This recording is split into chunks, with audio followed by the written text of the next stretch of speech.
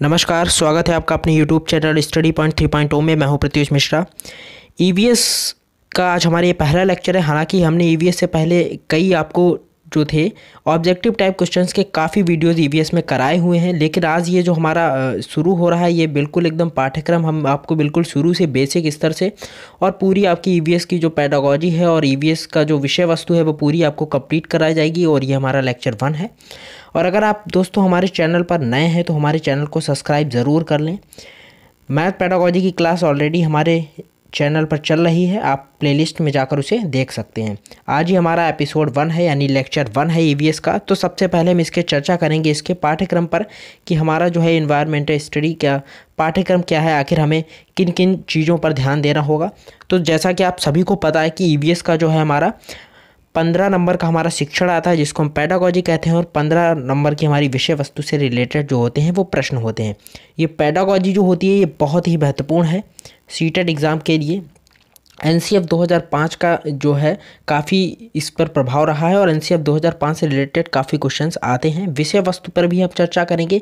पहले जो है हम वो इस पे लेंगे। पहले हम इसके देख लेते हैं कि टॉपिक क्या है। शिक्षण के अंतर्गत जो हमारे टॉपिक हैं, पहला है पर्यावरण की संकल्पना और उसके क्षेत्र, दूसरा है पर्यावरण का संकेत एकीकृत उपागम, तीसरा पर्यावरण शिक्षण, चौथा सीखने के नियम, पांचवा है विज्ञान और सामाजिक विज्ञान मध्य संबंध, छठा है संकल्पना प्रस्तुत करने का दृष्टिकोण, और सातवां है हमारा सतत एवं व्यापक मूल्यांकन, आठवां है शिक्षक सहायक सामग्री जिसको हम कहते हैं टीएलएम टीचिंग लर्निंग मटेरियल, और अंतिम है इसका पर्यावरण अध्ययन की समस्याएं क्या होती हैं पर्यावरण अध्ययन में। ये सारे जो है वो हैंड रिटन नोट्स आपके लिए तैयार किए गए हैं, काफ़ी मेहनत की जा रही है। तो अगर आपको वीडियो पसंद आए तो इस वीडियो को लाइक ज़रूर करें, और ये आपको पीडीएफ जो है वो अंत में उपलब्ध करा दी जाएगी। फिर हमारा विषय वस्तु के अंतर्गत जो 15 प्रश्न आते हैं, यानी कि 15 नंबर के आते हैं, टोटल 30 नंबर का होता है। परिवार और मित्र ये हमारा टॉपिक है, थीम इसे कहते हैं। और इसके अंतर्गत क्या आता है, संबंध, कार्य, खेल, पशु, पौधे, इसको सब थीम कहते हैं। और ये जो हमारा सीटेट दिसंबर का जो एग्ज़ाम हुआ था 2019 में, उसमें पूछा गया था इनमें से कौन सी सब थीम है। तो याद रखिएगा दोस्तों, ये हमारी जो है वो सब थीम है। और ये हमारी थीम है परिवार और मित्र, भोजन, आश्रय, जल, यात्रा, ये हमारी थीम है। फिर इसके बाद जो प्रश्न एक आता है, हम जो सोचते हैं और जो करते हैं से मतलब दोनों से रिलेटेड होता है ये। हम जो सोचते हैं करते हैं वाले इसमें जो प्रश्न काफ़ी आते हैं, आपसे पूछा जाता है कि अगर ऐसा हो तो ऐसा ना हो। तो इसके भी प्रश्न जो है वो आपको ईवीएस में देखने को मिलेंगे। अब अगर आपको ईवीएस में लेकर कोई भी समस्या है तो वो आपकी बिल्कुल भी दूर कर दी जाएगी। इस पाठ्यक्रम को आप लोग बिल्कुल नोट कर लें और इसका स्क्रीनशॉट ले लें। इसलिए मैं इसको धीरे धीरे स्क्रीन को स्क्रॉल कर रहा हूँ ताकि आप लोगों को नोट करने में कोई भी दिक्कत ना हो। अब सीधे हम अपने पहला टॉपिक जब हमने शुरू किया है तो हम सबसे पहले जानेंगे कि पर्यावरण शिक्षण है क्या। आखिर जिसकी बात हम कर रहे हैं, जो सीटेट एग्ज़ाम में पूछा जाता है, वो है क्या। तो यहाँ पर एक फिगर देख रहे होंगे दोस्तों आप लोग, जिसमें मानव वातावरण के बीच में एक संबंध दर्शाया गया है। यही हमारा होता है पर्यावरण शिक्षण। देख रहे हैं आप, मानव का जो वातावरण के साथ एक संबंध है और ये एक चक्र बनता है, एक साइकिलिंग बन जाती है, यही होता है हमारा पर्यावरण शिक्षण। यहाँ पे लिखा हुआ है कि जब मानव और उसके वातावरण के संबंधों का अध्ययन क्या होए, पर्यावरण कहलाता है। मानव और उसके वातावरण के जो संबंध हैं उनका जो अध्ययन क्या होता है, पर्यावरण कहलाता है। तो इसी को आगे हम ध्यान में रखें, ये हमारा यहाँ पर परिचय हुआ।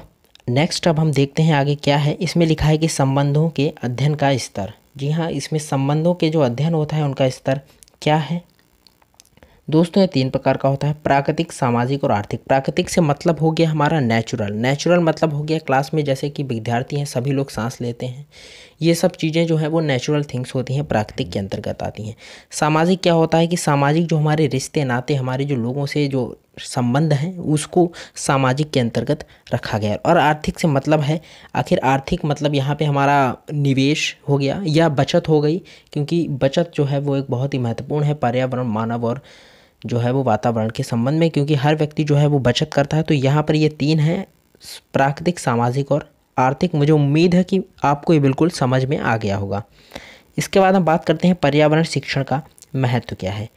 पर्यावरण शिक्षण के महत्व में 3 पॉइंट्स बहुत ही महत्वपूर्ण हैं। पहला समस्या, दूसरा निदान और समाधान। समस्या मतलब समस्या क्या है उसके बारे में जानेंगे। बालक को क्या होता है कि मतलब किसी भी टॉपिक पर लेकर अगर बालक को कोई समस्या है तो क्या है, क्यों है, पहले इस विषय पर चर्चा की जाती है। फिर उसके बाद आता है उसका निदान। निदान में हम जानते हैं उसका कारण कि आखिर उसको ये समस्या क्यों है, उसका पूर्व ज्ञान, मानसिक क्षमता उसकी क्या है बालक की, उस हिसाब से जो है उसका वो निदान दिया जाता है। फिर आता है समाधान के अंतर्गत आता है निर्देशन एवं परामर्श, यानी कि जो समस्या है उसका समाधान करना। निर्देशन क्या होता है, एक कक्षा को निर्देश दिया जाता है, और परामर्श होता है एक एकल व्यक्ति को अलग से सलाह दी जाती है, उसे हम परामर्श कहते हैं। जैसे हमने क्लास में किसी को, पूरी क्लास को एक साथ निर्देश दिया कि आपको ये करना है, अगर अब आपको समझ में नहीं आया, आप मेरे पास अकेले चलकर आए और आपने मुझसे पूछा तो मैंने आपको एक सलाह दी।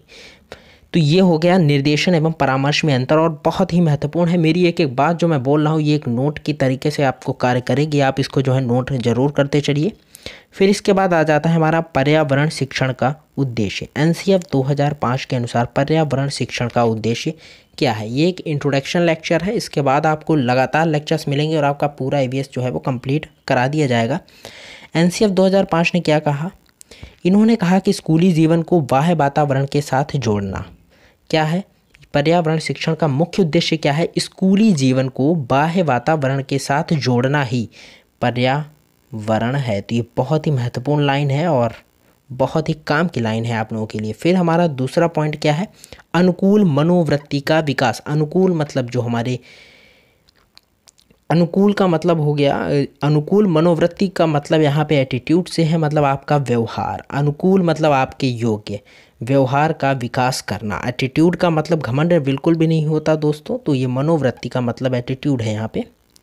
फिर तीसरा हमारा पर्यावरण के प्रति संवेदनशीलता का विकास। जी हाँ, बालकों के अंदर पर्यावरण के प्रति संवेदनशील, वो कितने इसको लेकर संवेदनशील है, उसका विकास करना एक जो है पर्यावरण शिक्षण का मुख्य उद्देश्य है, और इसी कारण से इसको जो प्राथमिक में एनसीएफ 2005 ने शामिल किया। फिर आता है हमारा तीसरा है समग्र वातावरण का विकास। समग्र वातावरण का विकास भी है एनसीएफ 2005 के अनुसार। तो यहाँ पे हमने एक इंट्रोडक्शन टाइप का पहला लेक्चर अपना देखा ईवीएस को लेकर, और इसी तरीके से आपको अब रेगुलर क्लासेस जो हैं ईवीएस की जो मिलेंगी हमारे यूट्यूब चैनल के माध्यम से। अगर आपने हमारे चैनल को सब्सक्राइब नहीं किया है तो कर लीजिएगा दोस्तों। धन्यवाद।